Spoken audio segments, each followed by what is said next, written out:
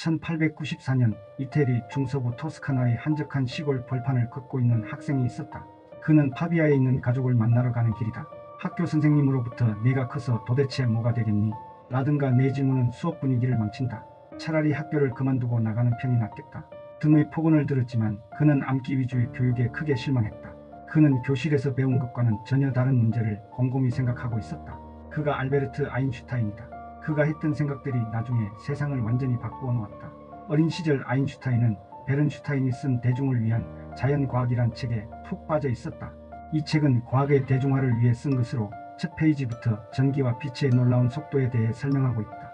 어린 아인슈타인은 이 책을 읽으며 빛의 속도로 이동한다면 세상이 어떻게 보일지에 대해 깊이 생각하기 시작했다. 이 얼마나 놀라운 발상인가. 햇볕에 까맣게 그을린 얼굴로 곱슬머리 펄럭이며 시골길을 걷는 어린 소년이 머릿속으로 이렇게 매혹적이고 신비로운 생각을 하고 있다니. 빛의 속도로 움직이게 되면 이런저런 모순들이 여기저기서 마구 튀어나온다. 우리는 살아가면서 어떤 생각들을 확실한 사실로 받아들이고 있지만 실제로는 진위에 대한 진지한 고찰이 미흡한 경우를 종종 보게 된다. 예를 들어 내가 자전거를 타고 당신을 향해 가고 있다고 하자. 사거리 근처에서 마차와 거의 부딪힐 뻔했다. 나는 마차에 깔릴 것 같아 방향을 틀어 간신히 충돌을 피했다. 이제 마차와 내 자전거가 광속에 가까운 속도로 움직인다고 가정하고 같은 사건을 다시 생각해보자. 당신은 나와 반대편 길에 서 있다. 마차는 직각의 방향에서 오고 있다. 이 경우 빛의 속도와 내 자전거 속도가 더해진다면 당신은 내 모습을 마차보다 2배 먼저 알아볼 수 있을 것이다. 그러면 당신은 마차 다가오는 것을 알아채기 전에 내가 자전거 방향 트는 것을 먼저 보게 될 것이다. 그러나 실제로는 나의 자전거와 마차가 동시에 사거리에 도착한다. 그러나 당신의 관점에서는 그렇지 않다. 이게 무슨 상황인가? 당신이 본 상황은 내가 부딪힐 마차가 없는데도 공연히 핸들을 꺾었다고 생각할 것이다. 실제로 나는 마차에 깔릴 뻔했다. 어떻게 같은 사건에 나와 당신의 인식이 다를 수 있단 말인가? 이 질문은 자연히 우리에게 던진 하나의 도전장님에 틀림이 없다. 아인슈타인 이전에는 아무도 이런 도전을 경험해 본 적이 없었다. 누구도 빛의 속도로 움직인다는 생각을 하지 못했기 때문이다. 그는 이런 질문을 통해 세상을 근본에서부터 다시 보고 이해하게 되었다. 물리학의 대혁명이 이탈리아의 한 시골길에서 시작된 것이다. 빠른 속도에서 발생하는 이런 논리적 모순을 깨고 세계를 제대로 이해하는 데는 반드시 알아야 할 대자연의 규칙이 있다. 아인슈타인은 이 규칙들을 특수상대성 이론으로 정의했다. 어떤 물체에서 반사 또는 방출된 빛은 그 물체의 움직임과 상관없이 동일한 속도로 진행한다. 그러므로 나의 속도와 빛의 속도를 더하면 안 된다. 둘째, 어떤 물체도 빛보다 빠르게 움직일 수 없다. 즉, 빛의 속도는 속도의 한계다.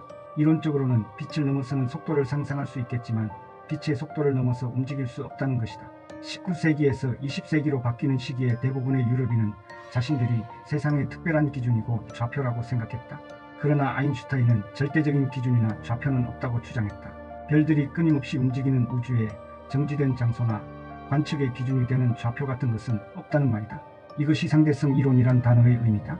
예전 사람들은 비행기가 소리보다 빠를 수 없을 거라고 생각했지만 오늘날 초음속 비행은 당연하게 되었다. 그러나 빛의 속도는 넘을 수 없다. 경험상으로도 진공 속에서 빛보다 더 빨리 움직이는 현상은 찾을 수 없다. 그러나 빛은 소리와 달리 이상한 현상을 연출한다. 입자가 속기 속의 입자는 속도가 빨라질수록 무거워지고 빛의 속도에 가깝게 움직이는 원자시계는 느리게 간다. 특수상대성 이론은 이런 현상을 정확하게 예측하고 측정하게 해준다. 소리는 공기라는 매질을 통해 전파된다. 공기 분자의 진동 운동에 따른 것이다. 반면 빛은 진공 속을 돌아다닌다. 상대성 이론 이전에는 빛이 에테르라는 매질을 통해 전파된다고 믿었다. 하지만 마이클슨 몰리의 실험을 통해 에테르가 존재하지 않는다는 것이 밝혀졌다. 특수상대성 이론은 아인슈타인이 20대 중반에 혼자서 수립한 이론이다. 그 후 이를 검증하는 각종 실험에서 그 정당성이 입증되었다. 만약 당신이 광속으로 달린다면 모든 것이 당신 앞의 매우 작은 동그라미 안에 모여있는 것처럼 보일 것이다. 한편 멈춰 서 있는 관찰자에게 당신은 가까워지면 파랗게, 멀어지면 빨갛게 보인다.